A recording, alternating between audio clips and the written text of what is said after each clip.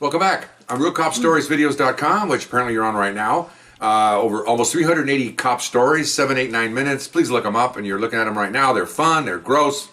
Love them all. They're all my babies. In addition to that, over 200 question and answers. So the lengthy stuff, people ask me questions. So ask me a question. Email me at rsbcopstories@gmail.com. I'll answer you directly, and then we'll put it on video like we're doing now. Okay, we're finishing up on a segment where people ask me about unique court cases, and this is pretty good. This may take two episodes because we run out of tape, but it's interesting how we got there. Okay, I'll start from the beginning. I'm working at gang detail with my partner. We have 2 other partners, and we wear suits and we chase gang members. That's all we do. And 2 of us work, and 1 is always off. And we do a lot of work for the detectives because we're basically loose. We're free. We don't answer the radio, so they give us wants. In other words, people that are wanted for various crimes. And descriptions and names and all that good stuff, which you get out of our gang files. Kind of weird how that worked.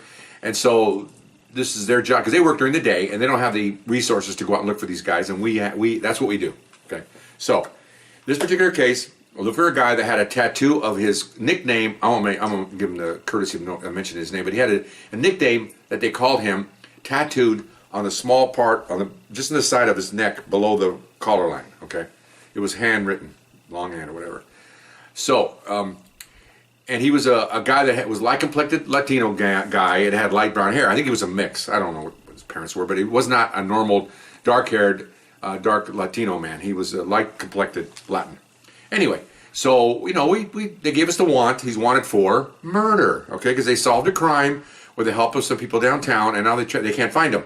And so they've been looking for a couple of weeks. So finally, why they took so long to go to the experts, I don't know. So they finally said, look, we're looking for this guy, but the reason why it takes so long with those guys is they work this much on inside cases, compiling information. I get off shoot here, and they spend about this much time actually in the field because they're detectives and they're supposed to be grabbing the information, making phone calls. That's what they do 9 times out of 10 throughout the day. So 1 time out of 10, they get to actually go out and look for this guy, and then you go to the hot places, the old addresses. Well, that's fine if this is normal criminals, but gang members, they're vagabonds. They move around. They stay at girlfriends' houses. They stay at buddies' houses. They stay wherever they don't normally stay at home with their parents. So they're kind of elusive, and they do it on purpose so they don't get caught. They keep moving. Okay, so anyway, so we get this information, and it was a story earlier I told you about. I'll briefly go over that because I tell you how we got here. So we go to a projects. What we call projects are basically government housing. And there's, in our division, they had 1, 2, 3, about 5. And they're usually they're pretty good size, maybe a mile or 2 square of literally hundreds of apartments, government subsidized. And a lot of them, unfortunately, lure the gang members in there because it's low income and people go in there and they bring their criminals with them, their criminal kids.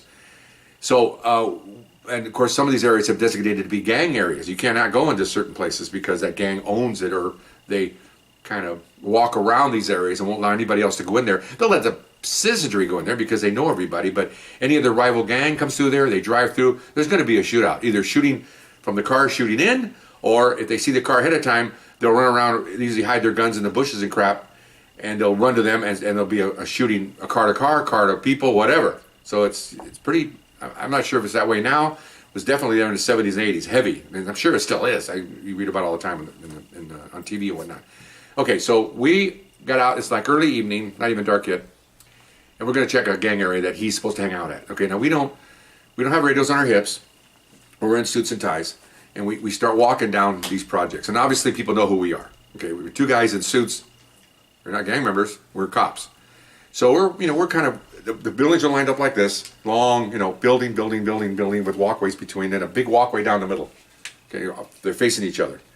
So we'll walk on the outside, we'll come in, and in the huge parkway between the buildings, and we'll walk a little bit, and then we'll go back out again. Okay, and then we'll walk down behind the buildings and then come out. We do that so that people are looking far away will see us coming, and they'll take off and run. This way, if we leave, they think we're gone, and we pop out again, and it's a little game of cat and mouse, and we do this all the time. Catch a lot of people doing this, okay?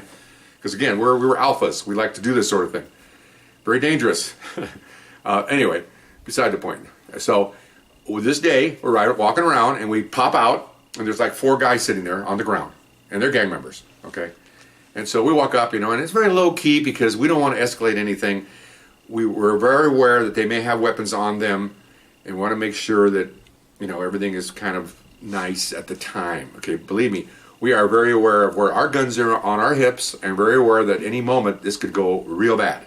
Okay, so we're talking and we're walking around, and my partner sees, we see the guy sitting there that matches the description of what we're looking for. Okay, light complected Mexican, pretty much, light hair, and he's talking away, and my partner's we're trying to look at that tattoo, because that's the key. So we're walking around, my partner looks down at him, he's standing right over him, he's sitting down looking up like at my partner. They're talking, he turns away, and as soon as he does that, I get to look at my partner's face, and we've been together a long time. You know, we worked a long time together. He gave me a look like that. Okay, so that's the guy. Okay, we have no radios, there's like 6 of them there, we're outnumbered. So I wander away, and there's a lady watching this thing without another story, and I tell her to please call the police and tell her officer needs help. Okay, she nods her head in Spanish, and she closed her door because she doesn't want to be identified with cops, and this was out of the way, and she couldn't be seen.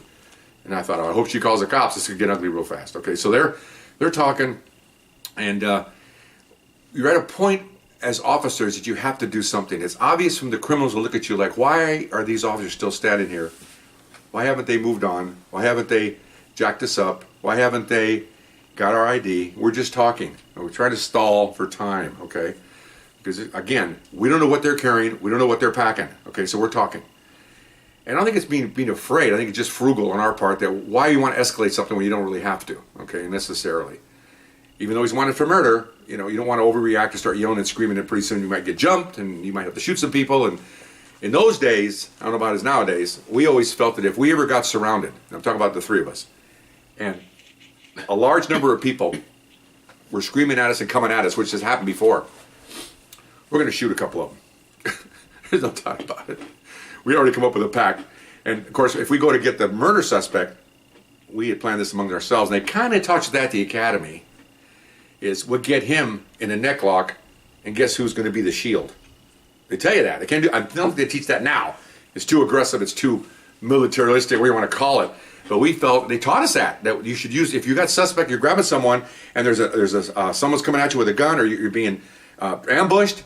Grab him and turn him around and use him as a shield, because most of the time he's associated with the people that are shooting. So use him as a shield. That happened in another story. I told you, a guy got shot in the arm. That's exactly what he did. The officer, he went like this, and the guy shot, hit the suspect, went through his shoulder, and hit the officer in the elbow. Probably saved the officer's life. The gang member that he was holding wasn't killed because it went up here and went through. But that really, they talked about that shooting for a couple of years afterwards, discussing how that works. Now nowadays they probably wouldn't do it. The officer have to do it on his own. But anyway, that was our plan ultimately. So we're talking, and what do we hear? Sirens, okay? Here they come, okay? And we know our experiences, and you may or may not know out there in the public, but we can always tell cop sirens versus ambulance sirens. They're a whole different sound, okay? So we know it's cops. Here comes the cavalry, okay? So as you hear the sirens getting closer, the suspects or the people sitting down there, they're looking like they're looking away from us. They're seeing what's happening here, okay? And when the first black and white, they don't park on the pavement and get out. They jump the curve and they're driving down this parkway on the grass. A couple of them, burning rubber. The grass is flying up behind them from the tire treads. Here they come, lights on. As soon as that happens, our guns come out. Nobody effing move, you know. And of course, my partner's got the murder suspect. Literally, my partner's gun is on the back of his head, touching his head. Don't move, and called out his nickname.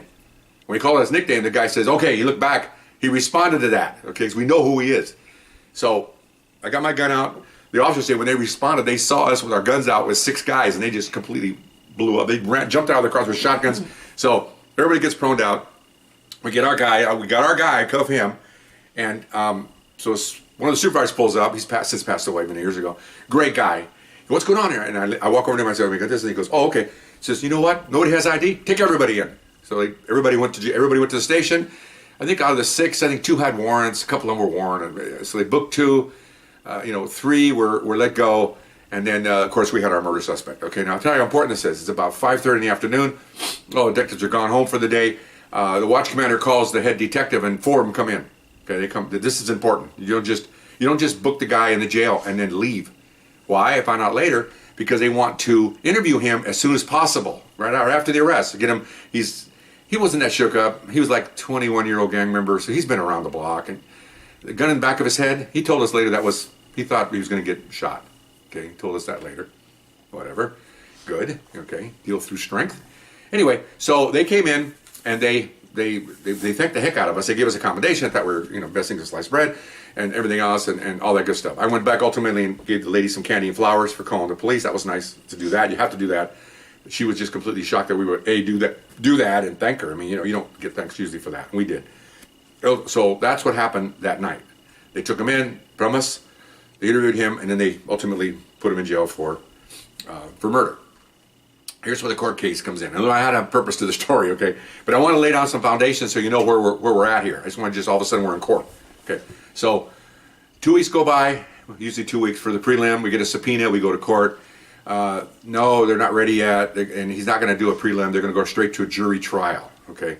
They don't even want to try a prelim, so because they can sign a waiver and go right to jury trial, okay? So, another month goes by, we get a subpoena, and it's a jury trial. Okay, so now we had heard, because remember, now we're gang members. Again, we don't stop. It's like any job you have here, other than just making widgets. But this isn't our only arrest. The next day, we're back at work. So a month and a half goes by. We've made tons of arrests, and we're just off and running. We don't lament or fixate on this case. It's one of many, and so what? We're off and running. You pay us to work every day. So 6 weeks, get a subpoena. Okay, so now we pull our reports because we had to make a report of what we saw and then give it to them. So we're looking at that and looking at different things, getting ready for, they're going to be a jury trial, so it's showtime, they call it, ready to go. Okay, so we met the DA with the detectives for a pre-trial meeting, okay, discuss whatever we may have. And they asked us pretty pertinent questions because one of the reasons why we detained them, which is huge in Cal or anywhere, is because we saw the tattoo on his neck. Okay, and the law says, believe me, I'm not a lawyer, but if you start an investigation that's faulty or improper or unlawful, and then you continue there and you go on and you make a big arrest for murder, it gets thrown out because when you come back to how you started, if it's not correct, they throw everything out. Okay, that's why you have Miranda. That's why you don't ask people questions because you could stop a guy and say your Jimmy Hoffa's in the trunk, and you open it up and there's Jimmy Hoffa dead. If you didn't give him his rights, he's going to walk free. Of course, if you ask him questions, obviously. But so they want to see what happened here. So we told him. Okay, so then he says, the DA goes, it was a couple of DAs. He goes, okay, this is going to be a murder trial. I mean, he's thinking, okay, he's already thinking, okay, this. Okay, we're going to have to prove in court that you knew this guy's tattoo, that was him. And we're probably going to have to try to show the tattoo. Okay. Very interesting because they told us at the time, now this is like 1975, the Supreme Court was very, very liberal in California. They had a lady and a guy that were horrible. They let some cop killers off, let them have life, and then ultimately they got out. They're a-holes. I'm sorry. But so it goes back and forth. Whether you can have someone take a shirt off in court, that's what they wanted to do. The DA wanted to have him take off his shirt and show the jury the tattoo. Okay? So we talked about that. And the DA's going, oh, no, I don't know, because he's worried because it's again, I told you before some of the stories, the penalty for unlawful detention and arrest, the penalty for that is they throw the case out. People don't go to jail, officers don't get reprimanded, you're just doing the best you can and with what you have. So, I'm running out of time here and I'm so sorry, but I'll come back and finish this up and maybe a short one coming in, okay? Thank you very much. Bye-bye.